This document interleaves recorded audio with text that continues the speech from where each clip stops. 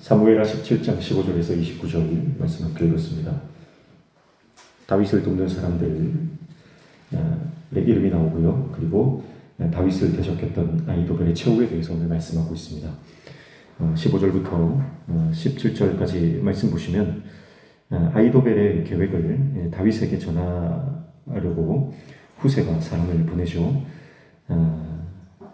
그래서 15절 보시면 이에 후세가 사독과 아비아달 두 제사장에게 이르되 아히도벨이 압살롬과 이스라엘 장로들에게 이러이러하게 계략을 세웠고 나도 이러이러하게 계략을 세웠으니 16절 이제 너희는 빨리 사람을 보내 다윗에게 전하기를 오늘 밤에 광야 나루토에서 자지 말고 아무쪼록 건너가소서 하라. 혹시 왕과 그를 따르는 모든 백성이 몰살할까 하노라 하니라. 이렇게 말씀했습니다. 자, 지금 아히도벨의 계략과 후세의 계략, 두 가지 계략이 지금 아직 결정되지 않은 상황입니다. 전쟁이라고 하는 것은요, 전황을 살피고, 그리고 적들의 위치, 그리고 그 상태, 이런 모든 것들을 다 고려해서 작전들을 펼치게 되죠.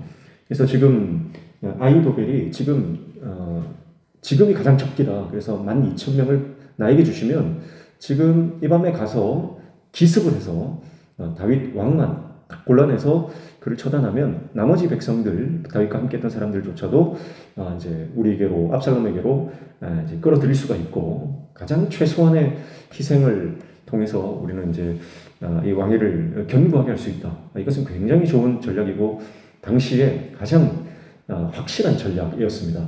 근데 하나님께서는 압살롬의 마음을 살짝 만지셔서 아히도벨의 이 가장 좋은 전략보다는 후세의 지금 좀 더 지연시켜야 된다. 그리고 군사를 더 모아야 된다. 그리고 왕이 직접 출전해서 그들을 완전히 진멸하는 것.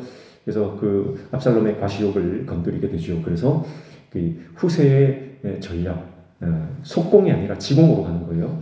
그래서 천천히 조금 더 준비하고 좀 더 완벽하게 이 압도적인 승리를 해야 된다.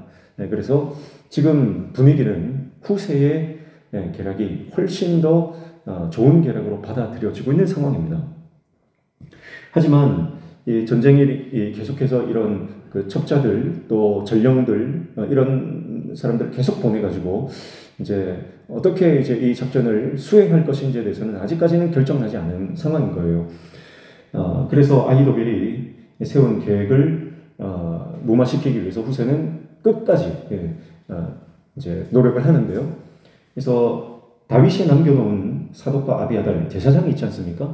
이 제사장들은 다윗이 나갈 때 같이 따라 나오려고 했지요. 법궤를 메고 따라 나왔습니다. 그런데 다윗이 돌려보내지요. 그래서 예루살렘에 남아 있었습니다. 그래서 후세는 이들이 다윗의 측근인 걸 아는 거예요. 그래서 그들에게 이 첩보를 전달을 하는 겁니다. 그리고 이제 사독과 아비아달은 그들의 아들들인 요나단과 아히마스를 보내서 다윗 왕에게 이 사실을 이제 전하게 됩니다. 그리고 이 전해지는 과정 가운데에 압살롬의 그 군사들이, 종들이 이 두 청년을 보게 된 거예요. 그래서 잡으러 가는데요. 이 바울임에 있는 한 여인의 집에 숨어들어서 우물 속으로 숨어 들어갑니다. 그리고 그 여인이, 이름 없는 한 여인이 우물 속에 숨어주고 그 우물 뚜껑을 덮고 그 위에 찌은 그 곡식들을 널어놓음으로써 사람들이 찾지 못하도록 하는 것이죠. 여리고의 라합과 같은 그런 비슷한 장면이 연출되고 있는 것입니다. 그래서 이름이 등장하진 않지만 이 이름 없는 다윗을 인정하고 왕으로 인정하고 다윗의 그 한 조력자로서 등장하는 이 여인 때문에 이제 다윗은 생명을 부지하게 되는 것입니다. 그래서 그 압살롬의 종들이 들어와가지고 두 사람이 어디 갔냐 그랬더니 이 여인이 시내를 건너갔습니다. 빨리 따라가 보십시오. 그래서 따라갔지만 결국 찾지 못하고 돌아갔다. 이렇게 돼 있죠. 그래서 그들이 가고 난 이후에 그들이 우물에서 나와서 이제 다윗에게 급히 달려가서 오늘 이 밤에 빨리 건너가셔야 됩니다. 그래서 요단강을 건너지 않고 있던 다윗이 그날 밤에 신속하게 더 그 장소를 피하게 되는 것입니다. 그리고 27절 이하에도 보면요, 다윗을 돕는 암몬 사람들이 도둑질하죠. 그래서 이 암몬 사람들은 다윗에게 다윗과 그의 함께한 백성들이 먹을 수 있는 충분한 그 음식들을 제공을 하고 있습니다. 그래서 27절 다윗이 마하나임에 이르렀을 때 암몬 족속에게 속한 라빠 사람 나스의 아들 소비와 로데발 사람 암멜의 아들 마길과 로글림 길앗 사람 바르실레가 28절에 침상과 대야와 질그릇과 밀과 보리와 밀가루와 볶은 곡식과 콩과 팥과 볶은 녹두와 29절 꿀과 버터와 양과 치즈를 가져다가 다윗과 그와 함께한 백성에게 먹게 하였으니 그렇게 말하고 있습니다. 그래서 이방 족속인 암몬 족속은 다윗 왕을 극진히 대접하는 겁니다. 그래서 오늘 본문에 보면 이렇게 다윗이 다시 왕위에 복귀할 수 있도록 하나님께서 철저히 다윗을 돕는 사람들을 통해서 다윗을 지키고 보호하고 있다라고 하는 것을 우리는 볼 수 있습니다. 그러나 하나님의 종인 다윗을 대적하고 반대편에 섰던 아히도벨은 어떻습니까? 23절 말씀에 보면 이렇게 성경은 말씀합니다. 아히도벨이 자기 계략이 시행되지 못함을 보고 나귀에 안장을 지우고 일어나 고향으로 돌아가 자기 집에 이르러 집을 정리하고 스스로 목매어 죽음에 그의 조상의 묘에 장사되니라. 이렇게 말씀하고 있죠. 여러분, 아히도벨 어떤 사람입니까? 우리가 앞서 살펴봤지만 아히도벨의 어떤 이 전략은요, 하나님의 말씀처럼 여겨졌다. 그래서 이것은 다윗에게도 그랬고 압살롬에게도 그랬습니다. 그래서 온 이스라엘 땅에서 이만큼 지혜로운 사람이 없다. 그의 말에는 권위가 있고 그가 말한 대로 모든 것이 되어져 갈 정도로 그는 굉장히 뛰어난 전략가이고 책사입니다. 그래서 그의 지혜는 굉장히 이스라엘 온 땅 가운데 가장 뛰어나고 두드러지는 그런 지혜를 가지고 있는 사람이다. 그래서 이 아히도벨은 다윗의 최측근에서 다윗을 도왔던 사람이지만 사실은 내심 이 다윗에 대한 반감을 가지고 있었던 사람이다. 그렇게 살펴봤습니다. 그래서 이 바세바의 할아버지죠. 바세바의 할아버지고 다윗이 바세바의 첫 남편이었던 우리아를 사지로 몰아낸 것, 그리고 그 아내를 자기 손녀를 빼앗아 취하는 것, 이것에 대한 어떤 악한 감정들, 반감들을 가지고 있었기 때문에 이제 압살롬이 반역을 했을 때에 압살롬의 아내는 다윗의 편에 서지 않고 압살롬의 편에 서는 것을 볼 수가 있습니다. 여러분 생각해 보십시오. 아히도벨은 가장 뛰어난 지혜자입니다. 가장 뛰어난 책략가이고 가장 백성들 중에서 하나님의 말씀과 맞먹을 정도의 그런 지혜와 전략을 가지고 있는 사람입니다. 그런데 그는 올바른 판단을 내리지 못했어. 누구 편에 서야 하는지, 정말 하나님께서 인정하는 왕이 누구인지는 그가 깨닫지 못했다고 하는 것입니다. 여러분, 이것이 바로 인간의 지혜의 한계이다. 그렇게 우리는 볼 수가 있습니다. 예수님께서 요한복음 13장 18절 말씀에 이런 말씀을 하시거든요. 내가 너희 모두를 가리켜 말하는 것이 아니니라. 나는 내가 택한 자들이 누구인지 알미라. 그러나 내 떡을 먹는 자가 내게 발꿈치를 들었다 한 성경을 응하게 하려는 것이니라. 그렇게 말하면서 시편 41편 9절의 말씀을 인용하면서 자기를 팔자에 대해서 말씀을 하고 있는 것을 볼 수가 있습니다. 그러면 시편 41편 9절 말씀에는 어떻게 말씀하고 있는지 찾아보면요. 시편 41편 9절 말씀에 이렇게 다윗의 시인데요. 다윗이 이렇게 말하고 있습니다. 내가 신뢰하여 내 떡을 나눠 먹던 나의 가까운 친구도 나를 대적하여 그의 발꿈치를 들었나이다. 그렇게 말하죠. 지금 다윗이 시편 41편에 자신의 원수들에 대해서 이렇게 고백을 하고 있는데요. 그 중에서 내가 신뢰하여 내 떡을 나눠 먹던 나의 가까운 친구도 나를 대적했다. 그래서 그의 발꿈치를 들었다고 하는데 여기에서 내 떡을 나눠 먹던 가장 가까운 친구가 바로 아히도벨일 것이다. 그렇게 보는 것이 정설입니다. 그리고 이 아히도벨의 말씀을 다윗의 이 성경을 인용해서 예수님께서 누구를 지칭하는 거예요? 가룟 유다를 지칭하고 있는 것이죠.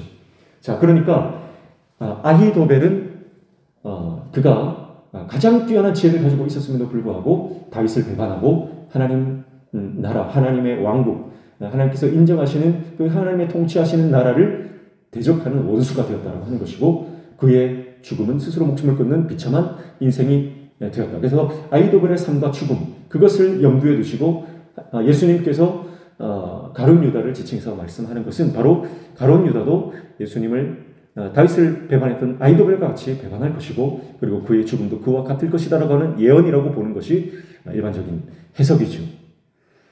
사랑하는 성도 여러분, 가룟 유다도 그렇습니다. 가룟 유다도 지혜가 있는 사람이죠. 그래서 굉장히 머리가 비상하고 뛰어난 사람이었다. 왜냐하면 예수님께서 그에게 자신들의 공동체에 재정을 맡기실 정도라고 한다면, 가룟 유다는 아마 굉장히 수 계산에 빠르고 지혜로운 사람, 그리고 믿을 만한 사람이었다고 하는 것이죠. 우리가 돈을 맡길 때 믿을 만한 사람에게 돈을 맡기는 것이잖아요.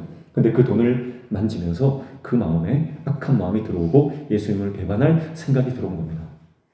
지난번에도 말씀드렸지만 천국에는 뭐가 없다고 그랬어요? 천국에는 아라비아 숫자가 없다고 그랬죠. 우리가 이 땅을 살아가면서 이 숫자 노릇, 계산하는 것, 이것 때문에 우리는 하나님 나라의 원리를 망각하고 하나님을 배신하고 하나님을 떠나버리는 경우가 많습니다. 아마도 이 가룟 유다도 그런 부류의 사람 중에 한 명이었다 볼 수가 있는 것이죠. 돈에 그 마음을 빼앗겼습니다. 그래서 예수님을 결국은 배반하게 되는 것이고, 그는 아히도벨이 갔던 그 삶과 죽음을 따라가는 것입니다. 우리의 인생이 내가 하나님 편에 서서 하나님의 은혜 안에 거하지 않으면 우리도 언젠가 하나님을 배반하고 떠날지 모르는 연약한 존재라고 하는 것이죠. 이것이 아히도벨의 삶을 통해서 우리가 배우는 것입니다. 인간적인 지혜가 아무리 뛰어나도요, 믿음이 없으면, 하나님의 뜻을 발견하지를 못하면 우리는 잘못된 것을 선택하고 잘못된 길로 가서 패망할 수밖에 없는 그런 존재다라고 하는 것을 우리는 이 아히도벨의 사건을 통해서 기억해야 할 것입니다. 나는 스스로 판단하고 결정할 수 있는 지혜도 없고 능력도 없습니다. 그래서 우리는 주님이 필요합니다. 주님이 우리를 붙들어 주셔야 됩니다. 주님이 우리와 함께 하셔야 됩니다. 그래야 내가 우리 인생 가운데 내가 어디에 붙어야, 어디에 무엇을 붙잡아야, 어디에 매달려야 내가 안전한지, 그것을 우리는 깨닫게 되는 것이죠. 결국 우리는 내 지혜로 살아가는 존재가 아니고 하나님 말씀 쫓아가는 존재입니다. 그래서 우리가 주님의 말씀을 쫓아갈 때 우리는 하나님께서 주시는 놀라운 은혜와 평강을 누리면서 하나님 놀라운 하나님의 은혜의 공동체 안에 벗어나지 않는 것이 결국은 하나님의 그 은혜를 누리는 길이다. 그래서 그것을 기억하시고요. 오늘 아히도벨의 모습, 그리고 다윗을 돕던 이름이 없는 한 여인과 또 많은 이방 사람들, 그리고 다윗의 최측근에 있었던 정말 다윗을 믿고 따랐던 그 사람들, 그런 다윗을 도왔던 사람들과 다윗의 반대편에 있어서 다윗의 원수가 되었던 아히도벨의 삶을 오늘 성경은 굉장히 적나라하게 비교하고 대조하여 우리에게 보여주고 있습니다. 선택은 우리의 몫이죠. 오늘 저와 여러분이 끝까지 주님 바라보고 주님 손에 붙들려 주님 편에 서는 하나님의 종 되시기를 주님이 축복합니다. 기도하겠습니다. 하나님 아버지, 우리가 어떤 상황 가운데 있더라도 다윗을 돕던 수많은 사람들, 무명의 용사들이 있었던 것처럼 우리 삶도 하나님 그렇게 도움의 손길을 보내주실 줄로 믿습니다. 그리고 우리도 그런 어려움 가운데 있는 하나님의 종들을, 하나님의 사람들을 돕고 지원하고 후원하고 기도할 수 있는 또 삶이 될 수 있도록 우리 가운데 은혜를 허락하시고 지혜를 허락하여 주시옵소서. 어떤 상황이라도 주님 안에 거하며 주님 편에 서서 주님과 함께하는 것이 우리 삶의 가장 큰 복인 줄 알고, 상황과 형편과 환경과 감정과 숫자에 민감하게 반응하는 것이 아니라 오직 하나님의 말씀에 민감하게 반응하는 하나님의 종 되게 도와 주시옵소서. 오늘도 간구하며 기도하는 모든 제목들 들어 응답하여 주시고 우리 삶에 막혀진 문제들이 열려지는 형통의 은혜를 허락하여 주시옵소서. 예수님의 이름으로 기도하옵나이다. 아멘.